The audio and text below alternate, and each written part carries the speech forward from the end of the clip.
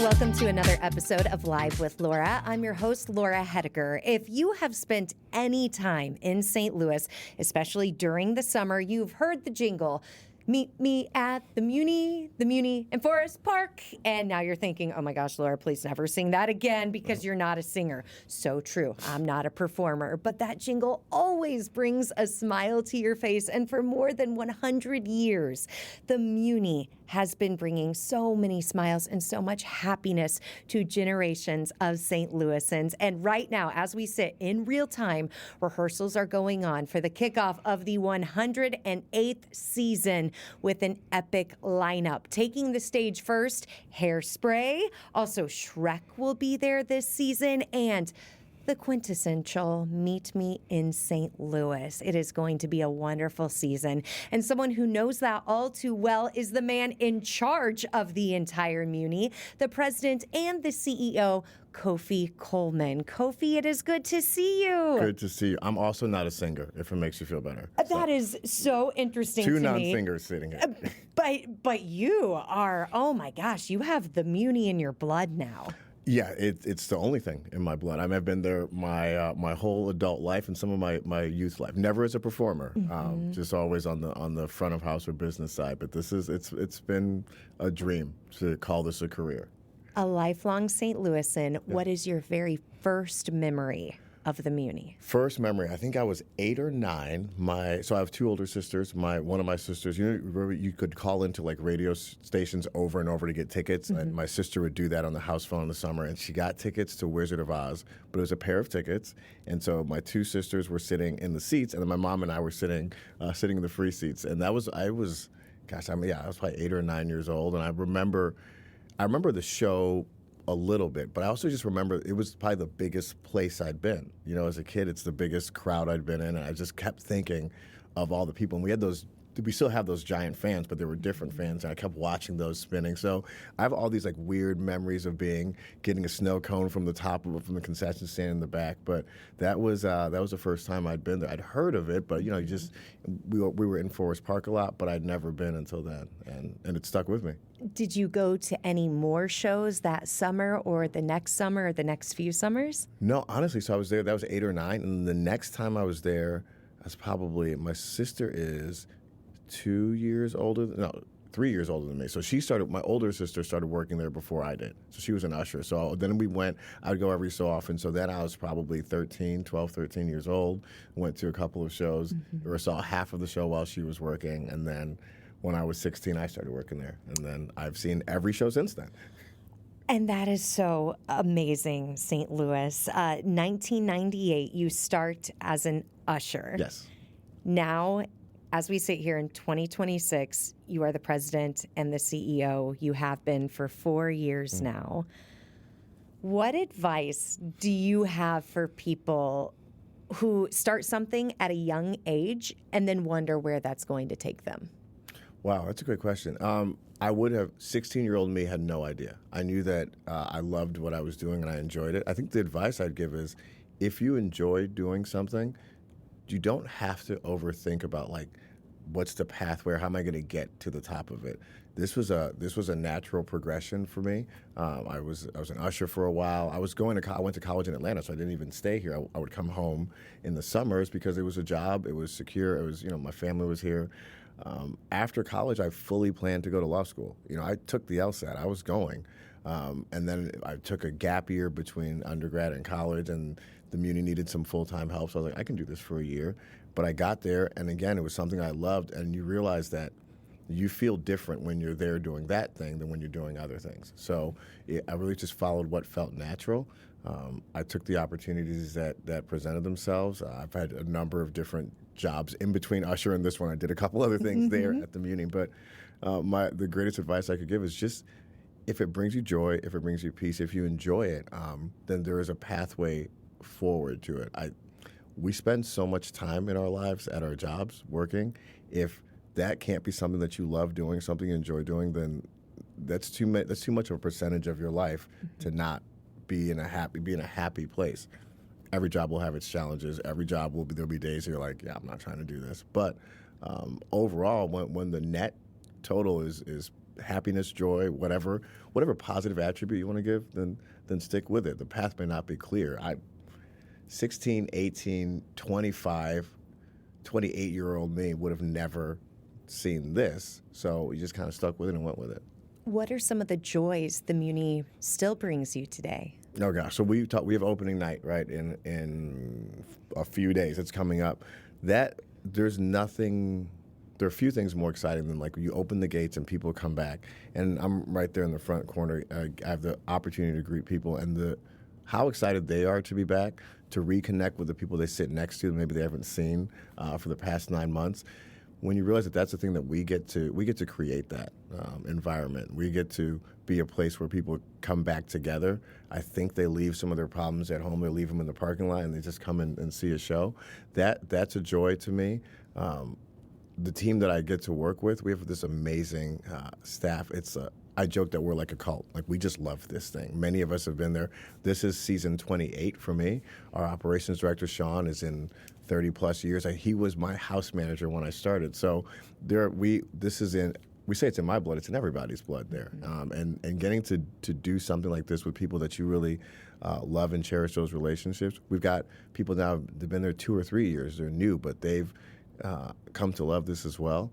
That's a joy for me, too. I get to go to work with people that I appreciate and cherish in my life. We get to do something that brings a community together. You watch an audience sit there, and the work we've put in to put something magical on stage, they buy into it, they appreciate it, they hopefully they feel some level of ownership with it. Mm-hmm. So that's my everyday.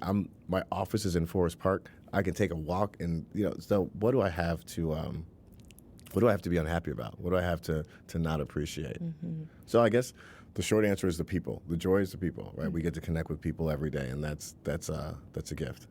One of the words I picked up on that you used was magical. Yeah. And whenever I talk to people associated with the Muny, whether they were a Muny kid or they've, of course, been to a Muny show, Muny Magic mm-hmm. always comes up. How do you define Muny Magic? I think it has a lot of different definitions. One of them being that it's purely magical that it happens. In 11 days, we go from no show to a fully produced, massive show on stage that will blow your mind. So there's some pure magic, faith, hope, whatever you want to call it, that makes that happen. I think part of the magic also is that what it takes for everyone to come together to do that is an immense amount of trust and mutual respect. And that's not always commonplace in society. So I think there's something magical about that. When you see a kid, like a little kid, see a show for the first time, we did Frozen last year, and the part, I didn't even know Frozen that well. I don't have children, so it wasn't something I watch regularly. But you see the costume changes of those big moments, and you see the wonder on a child's face. That I think that's the definition of magic. The fact that we're this size, 108 years in the same community, and it's been sustained in this way, that there's something. I guess the definition of magic is it extends beyond reality or what you can imagine to be real, mm-hmm. and some of that you can see in how this is made and how it goes. So I think all of those things are the Muny Magic. It depends on what definition you're looking at, but it's about this happening in a way like on paper it probably shouldn't. On paper you wouldn't build an 11,000-seat outdoor musical theater in the middle of America and have it last for 108 years, and that a cross-section of the community will come together every year by the tens of thousands and love and enjoy this thing. Mm-hmm. If you wrote that as a script, you're like, that show's never going to happen. Mm-hmm. So I guess there's some magic in that being our reality. And a part of the magic, I think, too, you mentioned the 11 days. It's not that you just pull it off once with Hairspray kicking off the season. It's that you do this show after show after show, 8 shows a season. 7 musicals, 1 concert. So 8 magical or crazy. It depends. Maybe it's magic, maybe it's crazy. Who knows? There's a fine line. It is a thin line, because sometimes I think we're crazy. Mm-hmm. But you're right. Hairspray opens Monday, but this Sunday the cast for Shrek arrives. Mm-hmm. So at the same time you're starting the next one. those of us that have done it for a long time, you kind of get addicted to the high of it. This is it. When June 1st hit, it's like I'll see everybody on August 29th or August 30th. But that's just what we know. But I can't speak of that without giving credit. We have this amazing staff, people that come in to do this. I mean, I get to sit here and represent this. I get to stand behind an institution and represent it in some way. But there are 1,300 people on that lot that are making this happen. They're rehearsing, they're building, they're cleaning, they're feeding everybody. It is a community that needs every single piece for it to come together. But yeah, to do 7 straight musicals and add a concert at the end over 10 weeks, someone would have to check your temperature if you said you were going to do that. But there are people that laid the foundation before us, and they did it. And so our job is to just continue that, because that's what this community deserves. What's so interesting for our listeners and viewers right now, and myself too, just as a casual fan that goes to the Muny a couple times a season, we don't see the behind the scenes, and we shouldn't. It should feel magical and seamless every time. But the fact that you said Hairspray is hitting, but yet Shrek is already loading, that's pretty amazing that you have these 2 shows always simultaneously using that stage. Yeah. I mean, that's a whole nother level of excitement, pressure, exhaustion. Coordination. Yes. Yeah, the coordination of it. So we have the rehearsal stages, the main stage, but the ability for people to work together.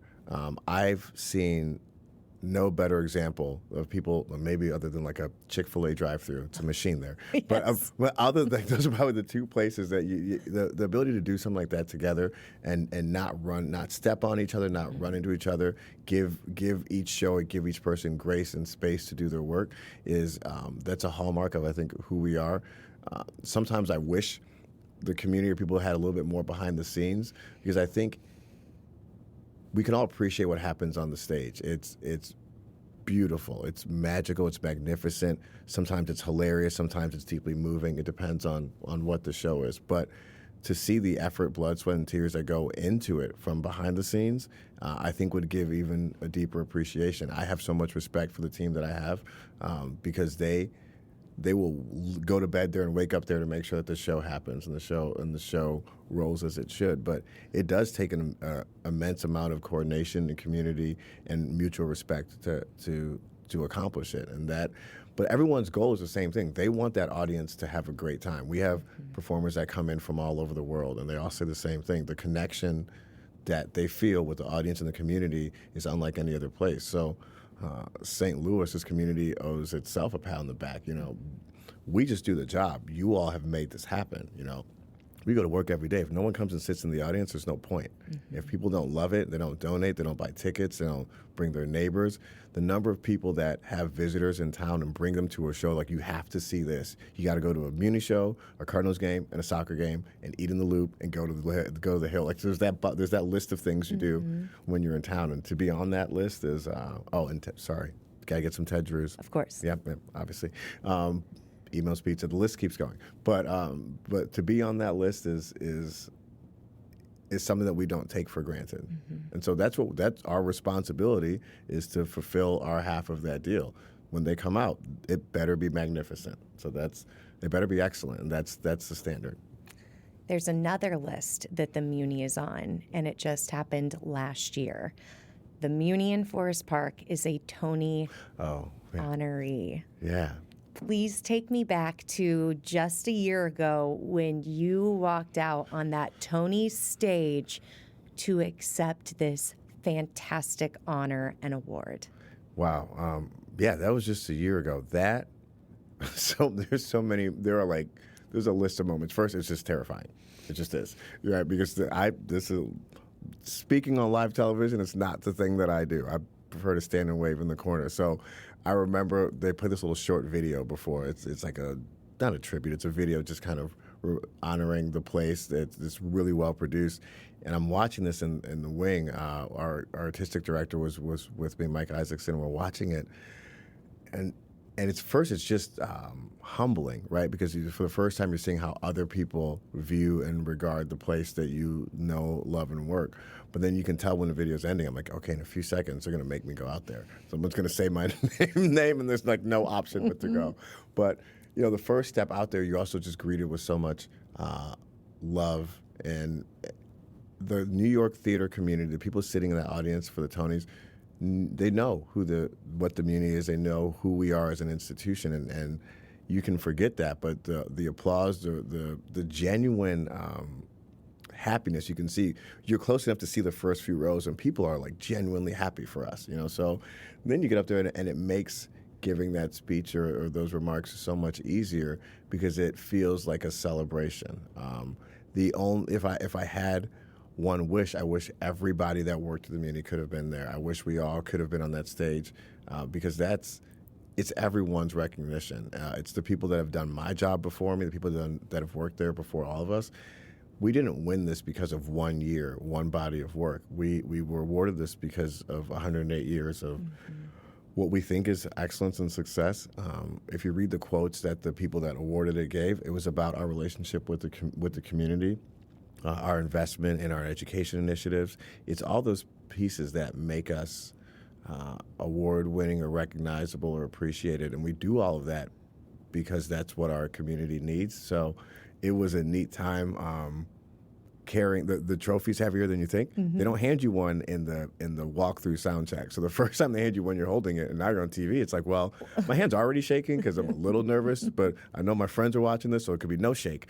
And so there's those little funny moments, and then there's a great party after, and they don't give you a box either. For a little known fact, you're just walking around New York with this trophy in your hand, which is also for one night a key to the city. Like you can go anywhere, you can do whatever you want with that. So it was a really neat day, or neat night, long day, but it was great. It's in the summer. It's the top of the summer, so we were in rehearsal. So we all flew back crack of dawn the next morning to get back to work. But then to celebrate back here with St. Louis, and this is all St. Louis's award. That was. We can't pass it around like a Stanley Cup, but it felt like, I hope that the community felt like this is a national recognition for all of us. And the timing couldn't have been better. You were there at the start of June. It was just 2.5 weeks after the devastating tornado that did rip through Forest Park. Did, yeah. And when those reports first came in on that Friday, May 16th, that it did hit Forest Park, a lot of people were very concerned, of course, about any potential loss of life. Yeah. But the impact on the Muny, and luckily, it was pretty minimal.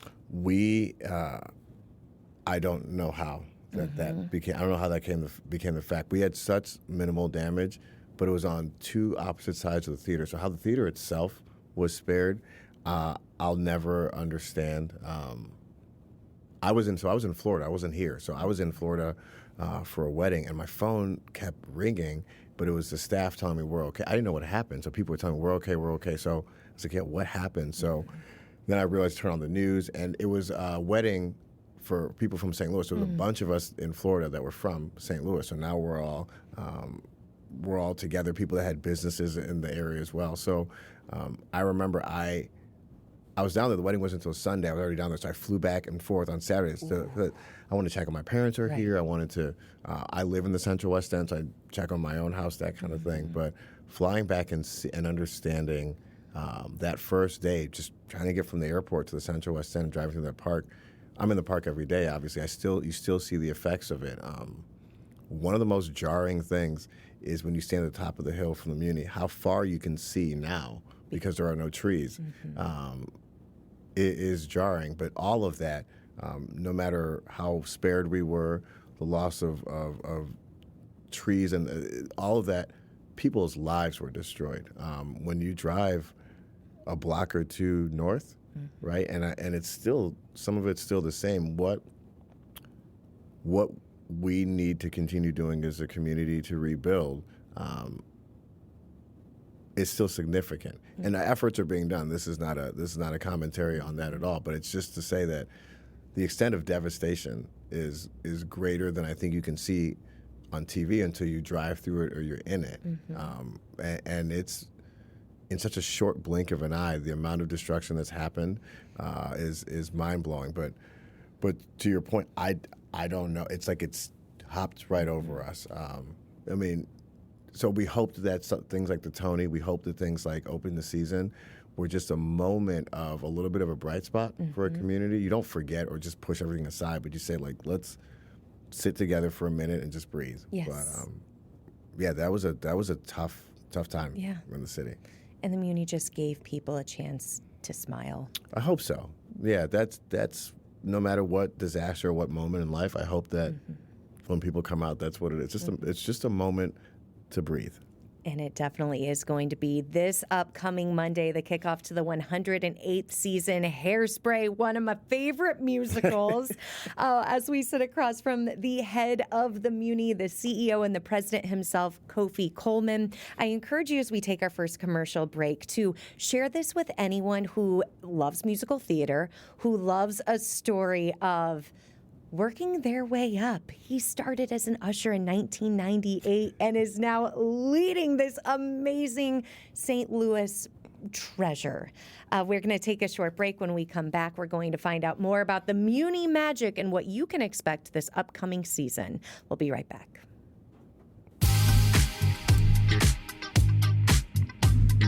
Friends, if you are a longtime St. Louisan, you know as the weather heats up, it's time for the Muny to kick off. Season 108 is on the horizon with Hairspray taking the stage on Monday. And Kofi, you and I were talking on our way up to the studio. Yeah. The forecast for Monday looks great. Monday, we love that forecast. Today is... It's a little much. Well, they say it's close. It's a little toasty. But yeah, Monday looks 70s, and also the show starts at 8:15. Yes. So I think the misnomer sometimes is like, well, it's hot at 2. It's always hot at 2. St. Louis.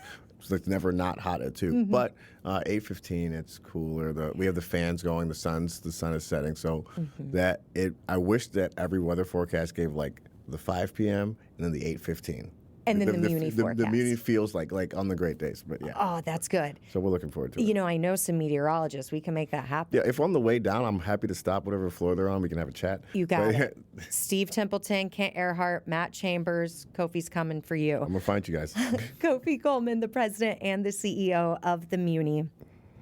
Something that makes the Muny so incredibly special is its size.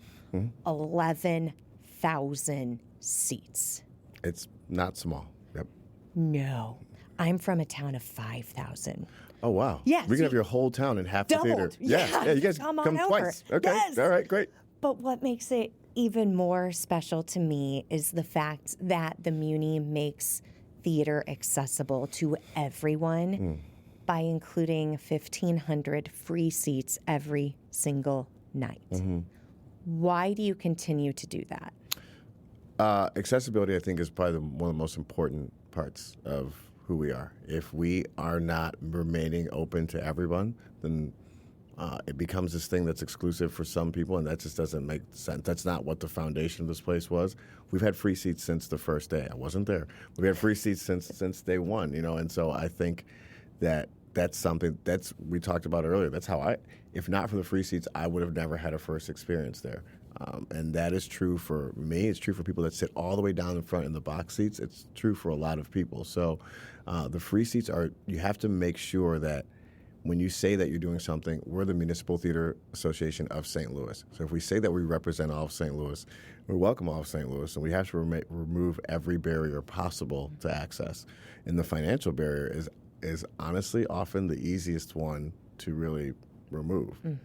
It doesn't harm us. It doesn't do anything bad to us to offer free seats. In fact, I think it enriches who we are.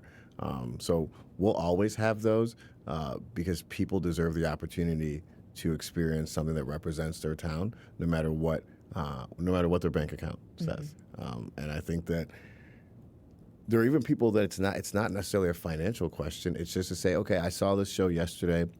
I really loved this number. I want to see it again. I'm going to pop into the free seats. Or we're walking in the park. We hear the music. It's a nice night. We want to do that. So we want to make sure that it's great. It's a great opportunity for people to see it no matter what. It's like it's like a taste test. You know, you might, once you come to the free seats and see it, you're going to come back a few more times. So from a pure business perspective, it's also, we would love to give you a free sample, and I think that when you see it, you'll love the product. But number one, it's about accessibility. It's to make sure that everyone can be there. Beyond the free seats, we have a community access program, and so that's another 2,000 tickets every week through about 150 service organizations, Big Brothers Big Sisters, Paraquad, you name it. There's a bunch of partner organizations that maybe coming to free seats requires you to come up, stand in line, and it's first come, first serve. Now there are organizations that serve clients that have different needs, or the being in line, or they just need to know that they're going to get that seat. So we do another 2,000 seats every week.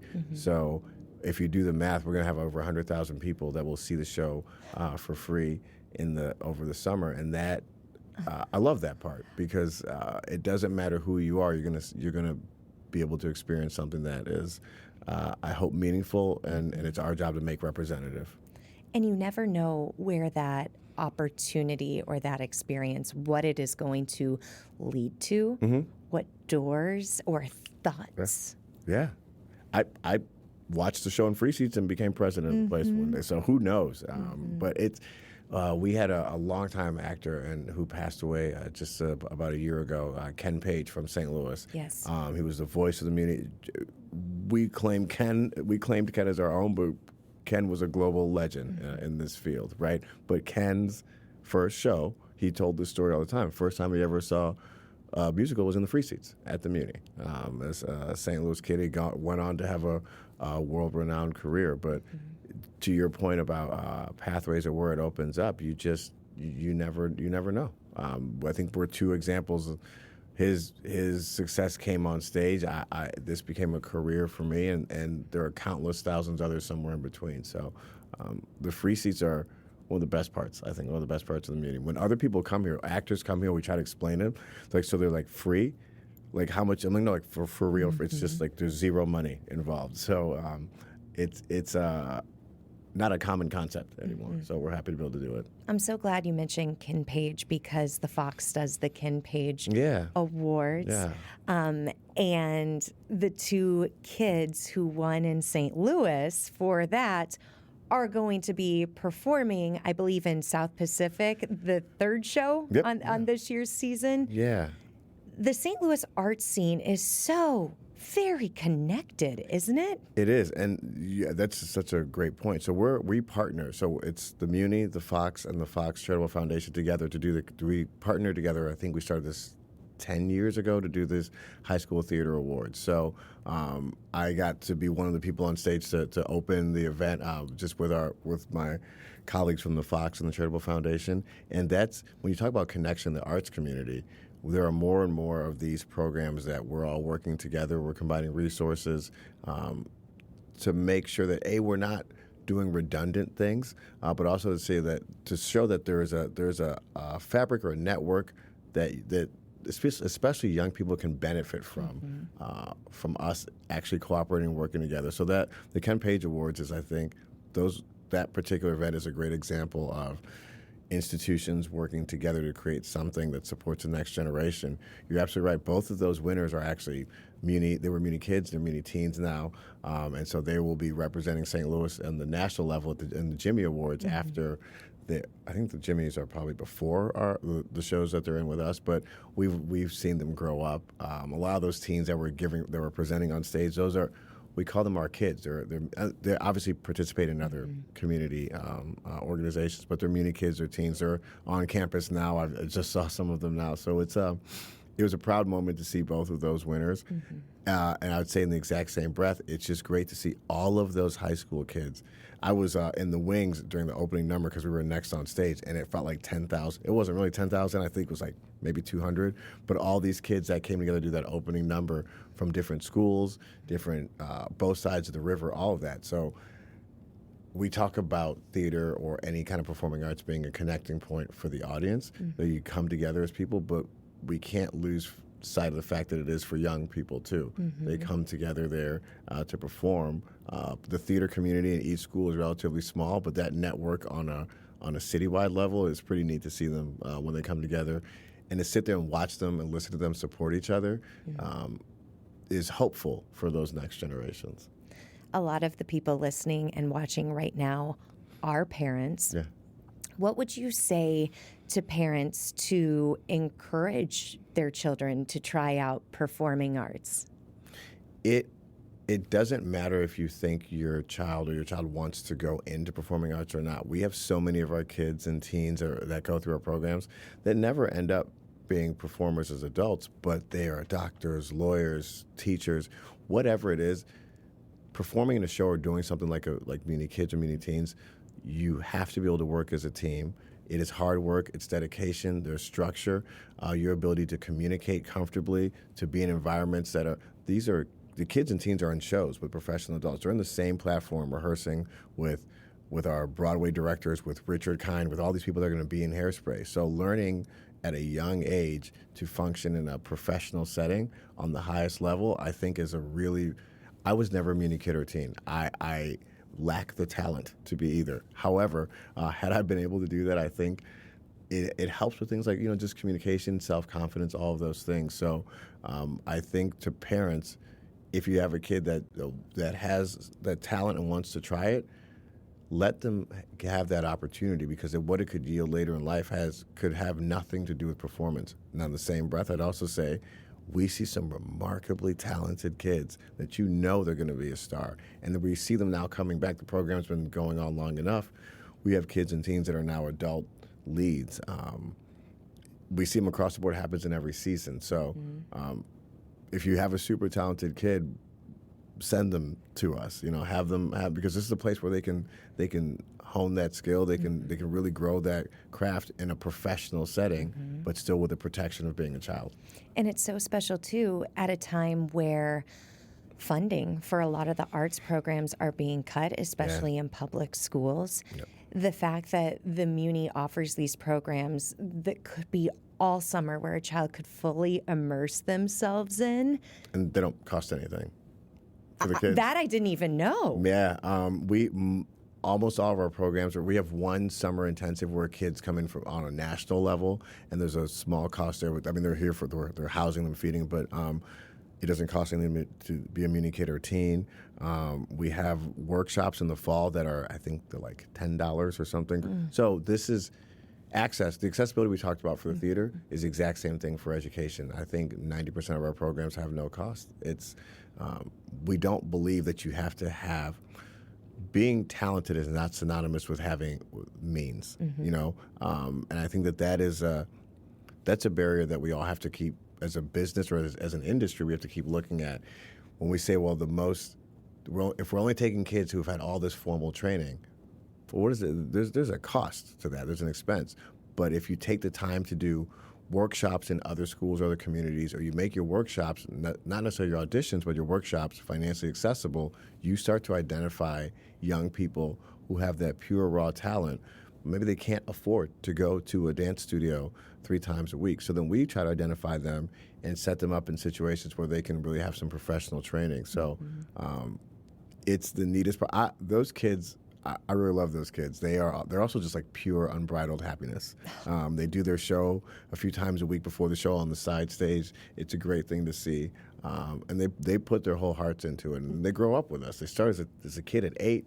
You finish as a teen at 18. You've spent 10 years with us. So we get to know them. And you mentioned self-confidence. There have been so many one-off conversations I've had with people over the years where eventually they'll also say, well, I was a Muny Kid. And it's such a badge of honor. Yeah. And I'm like, I didn't, but that is awesome. And it's something they carry with them into adulthood too. We have a board member of the Muny, a board of directors, and she was a Muny Kid some years ago. But yeah, it's people in town say what high school they went to, right? They also will tell you if they were a Muny Kid or Muny Teen. And that's it's a neat thing to experience or hear. So yeah, the program's been around for a few decades. It is growing. Our education initiative, we talked about funding. We have the Crawford Taylor Education Initiative. We're so blessed because our education is funded through endowment gifts and support through the community, so that we can welcome the best kids no matter what they can afford. And the difference between best and having the best training, there can be a difference there. So we're happy to be able to do that. And we are so happy that now we are just about 5 days away from the kickoff of the 108th season. Tickets still available. Yeah. Where can people go to get tickets? Okay, so Muny.org, there's a bunch of secondary sites out there. Just go to Muny.org. You can buy them there, or just come to the box office. Take a trip to Forest Park. It's a beautiful park. Walk through. You can just walk up and buy tickets 7 days a week, 9 to 9, or go online, or call MetroTix. So MetroTix is our official partner, but there are tickets still available. We're 11,000 seats. You can still get seats to see a show. Even if you don't think you love theater, you don't know, it's just an experience. This is a St. Louis thing that I say obviously with bias, but even if I wasn't working there, I'd say you should try this. Yeah. Just come check it out. And something else they have tried is adding a huge, and I mean huge, concert at the end of the season. So that's where we are going to leave you. It's called a tease in my business. When we come back, we are going to speak with Kofi Coleman, the president and CEO of the Muny, about what it's been like getting these crazy, amazing singers to come to St. Louis for one night to wrap up the season, and if you can still see this year's performer. We'll be right back with more of Live with Laura.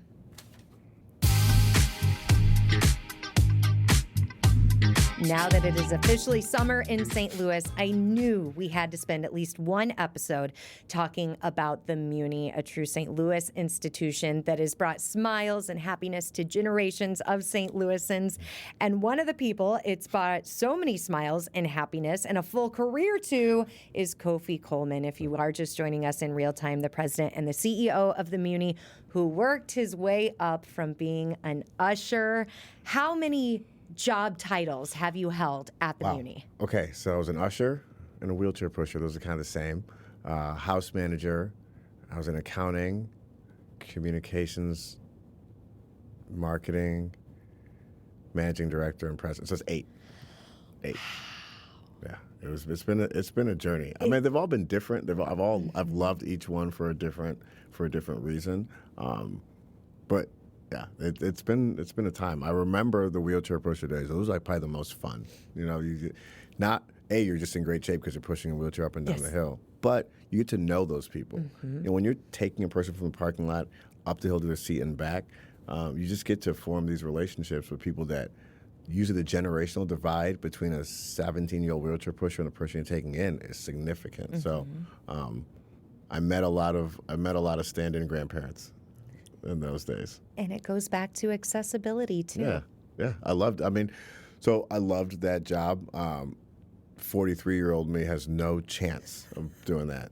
pushing someone, but those were good days, and there's a group of ushers that do that now, and you just see that there's a sense of pride because you know that you're really taking a significant step to make it possible for somebody to be there, and the gratitude that you feel back from that is also fulfilling. So you see these young guys and girls that are forming friendships too with the patrons that they bring, and they bring in the same ones every week. They start to ask for them, so it's its own.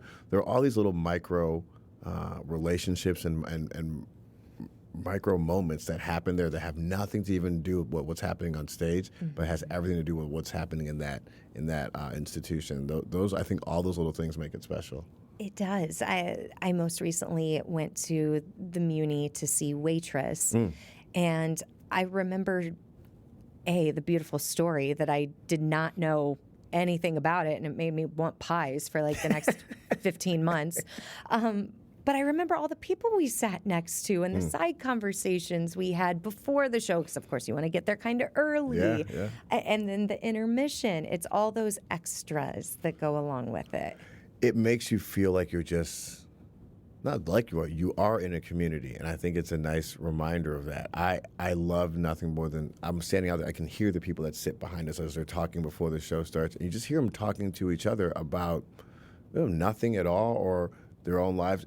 We have a lot of season ticket holders, so they come on the same nights, and so they get to know each other. But I think I was saying earlier, they don't see each other for months, and they come back together. So this first week of Hairspray, there's a lot of catching up. There's a lot, what are the kids doing? Where's the dog? All those kind of things. So it's to know that all those kind of conversations and connections are happening there it's a fun thing to watch, and there's like an energy that comes with that you can just feel in the space. Something that's really special, we've said it a few times, the Muny is entering into its 108th season. Yes. Since you've taken over it as that lead spot in 2022, you decided to have this big institution evolve and bring in these end-of-season concerts. You could have started with Kent Earhart and the Blue Moon Blues Band for Great the opener. first year. It would have been. It would have been fantastic. But instead, my gosh, you started it with the biggest firework you could have. John Legend. It was we like to go big or go home, as they say. Okay, well, you went not big. that Kent wouldn't have been big, would have been great. Just not as big. It's different kind of big. Yes. So the concerts the Muny did concerts up until the early 90s before I was there. And then just a series of circumstances made that just didn't make sense to do. At that point, they were bringing in touring shows. It was more of a routing thing. Like touring concerts would stop here. It was not as financially beneficial to the institution. It wasn't unique. What we wanted to do this time around was make every concert one special night of someone that hadn't been to St. Louis for a while, or just something that felt unique to our audience. And so the first opportunity with John Legend was unbelievable. I mean, it was, obviously you're nervous. The institution hasn't done it for 30-something years. It was John Legend with the St. Louis Symphony. It was this massive setup, but it was just a beautiful night. And we talk about tradition a lot with the Muny, and that is a piece of the tradition that people missed. When I started as president, you're saying that I chose to bring it back. I had no choice. The number one question that I got when I started president was, when are you going to bring the concerts back? So I enjoy music. I enjoy concerts. I produce some other music festivals and things outside of here. So it was also natural, but it felt like at the end of the summer, we needed just one more time to bring everyone together to just have a celebration. That's what the concert feels like. It feels like a button on the end of the summer. And so doing that has been great. John Legend gave an unbelievable night, but then immediately you start to say, well, who is next? So last summer we had Diana Ross and John Baptiste together. That was awesome. John Baptiste opened, and he brought such high energy. He did like the second line through the audience, and you just see, when you see a musical, everyone's sitting, they're excited, they're into it, but they're watching the show. When you do a concert, they're participating in a different way. So it's also like a different muscle for the place to exercise. Everyone's on their feet, they're singing, they're dancing. So that was great. We had John Legend. Diana Ross is a legend, and both of those nights were unbelievable. So we've got Lionel Richie coming on August 29th, and we've been so lucky that people of all of their stature say yes. They don't have to do this, but they do. And that is my question. How do you sell coming to St. Louis when it is still incredibly hot, outside venue for just one night? For each of those artists, we have really talked to their management and their teams about the institution. There's a history with the institution. When you look back to people that came back before, whether it was Whitney Houston, whomever, there's this list of names and true legends of people, music artists who've been there.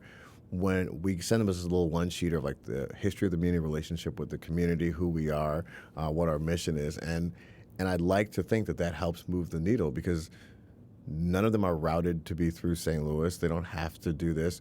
We are a nonprofit organization. We're often offering a little bit below what the market rate is, but they've all spoken about wanting to be here and wanting to be a part of this community. So the Muny lore, I guess, for lack of a better term, really helps. And that, again, goes back to this community. If they didn't support it, they didn't speak of it, they didn't make the Muny special in their lives, I'd have a real hard time convincing the Diana Rosses or the Lionel Richies of the world to come and share a night here. But they do it, and I believe they feel the same connection our theater actors do with the audience when they're out there. And it's just it's a special night. And weather has cooperated. I'm going to knock on wood on that one, but we've had beautiful nights for those too. So. I have a feeling August 29th of this year will be just as beautiful. Okay, so you're on the front end of the season. Yes. What are the biggest nerves you have right now? Weather's always going to be one. We know, and it's silly to be nervous about weather because I have zero control over it. But nerves are weather, number one. You want to make sure also that everyone is safe and happy, and we we go to the greatest extremes to make sure safety and all those things are ensured. But just as a bottom line, when you have the accountability of my job or a lot of my colleagues, you are bringing 10,000 people together, so you always want to make sure you've thought of everything. Luckily, most of us have been there for more than half of our lives, so we've never thought of everything, but we've thought of a lot, and so there's some comfort in there. But yeah, I think nerves, number one, is weather. Outside of that, excitement far outweighs any other emotion. I also know that no matter what, it'll be fine. And that's kind of the great part of the institution, is that we have such a great team. The audience wants it to be successful. The cast wants to do the show. An anecdote, we talk about weather, and sometimes it's raining. We have to decide whether or not we're going to do the show on a backstage. The cast gets paid either way, but the disappointment they have when we have to call a show for rain because they can't do it. We lost the last performance of, I think it was In the Heights a couple years ago. That they were weeping, and you just realize they want to do this. They want to deliver the show to the community. So I'm hoping Mother Nature cooperates in that way. But outside of that, every other eventuality, we're kind of prepared. We can pivot. We're flexible. So we're okay. This next question, I don't know if it's fair, but I'm going to ask can't it wait. anyway. All right. What production are you most excited to see this season? Oh, wow. Okay, that's fair. What am I most excited to see? That's tricky. I love Hairspray. I like the show. It's the opening. I saw Ain't Too Proud, the tour, and I've always wondered how we would do it. So I'm excited for that one. But if I have to pick one, probably Meet Me in St. Louis. Then. If I have to pick one, it's Meet Me in St. Louis, because people in St. Louis love this show. It's gonna be like the happiest 8 days you could imagine in the theater. So probably that one. And the production team is doing some really great stuff on stage with some of the new technology to mimic the trolley scene and those kind of things. So I don't want to give anything away, but there are some moments I'm really excited to see how those translate on stage. But you can't beat opening night of the opening show. So that will, whatever's first will usually always win in most excited night for the season. We have just a few more moments together. The Muny kicks off at 8:15. Yep. The shows get over kind of late, 11 o'clock. Yeah, it depends. Yeah, average, sure. Yeah. When do you leave? It's a great question. So for years, usually myself or Sean Smith, our operations director, we're the last two to leave. We are really working this season to not be both the last two to leave. So we're going to try to alternate that. But typically, if the show ends at 11, best case, I'm out there 11:45, midnight. Wow. We feel this responsibility. These people have come out to see us and spend the time there. We want to make sure everybody got out and got home and got to their cars. It just takes a minute to clear the facility. People are hanging out backstage, maybe get an autograph, all those kind of things. So I feel this responsibility to make sure everything's safe and buttoned up. So I'm trying to be better about not feeling like I have to turn the lights off to walk out of the place. We have a great team, so. But if you walk out at 11:45, you said you live in the Central West End, not too far of a drive. I'm home by 11:47. Yep. Oh, wow. 11:48. Oh, my gosh. I'm very close, yes. There's no way after seeing Hairspray opening night, you're like, okay, it's midnight, I'm going to bed. No. How do you calm down after such an exciting day? It's tricky. That's an excellent point. It's hard. We don't sleep a lot in the summer. If we get home at midnight, yeah, it's another hour or so. You've been outside, definitely gonna take a shower. Maybe drink some tea or something. But and also just catch up on life. We're there starting in the morning, so I'll be there the next morning, 9:30. So there's just regular life you have to do. But at some point, fatigue overwhelms the excitement, and so you're just gonna pass out. But I've been doing this since I was 16, so in my body, I guess, or mind is conditioned to just. This is what it is in the summer. We sleep a few hours a night in the summer, and it's fine. But you just get up and do it the next day. Well, we hope you continue to do it for a very, very long time. What an exciting time as we are on the cusp of the 108th season. Tickets are still available for all shows. Yes. Muny.org. Don't just randomly Google something and then follow this weird website. AI, we don't know what's going on out there. AI will never replace live theater Impossible. and performers It's and impossible. performances. Yeah. And the gift that we all get when we sit there and see something amazing happen in front of us. Thank you. That's a great way to put it. You cannot replace a human being giving their whole heart and soul out there. There's nothing like that. Mm-hmm. And experiencing it next to other people. Yeah, that's AI will make a lot of efficiencies, but and I'm grateful for it in society. But here, like we say, it's back to being live. You know, it's there's nothing like that. The human element of it all, you can't replace, and it's more valuable than it's ever been now. I know you're very busy. Thank you so much for giving us so much of your time. This has been a pleasure. This has been great. Thank you. Kofi Coleman, the president and CEO of the Muny. Go see him and everyone else who works at the Muny this summer. Opening night this Monday. What a treat, friends. Until next time, thank you for listening, thank you for learning, and thank you for being Live with Laura.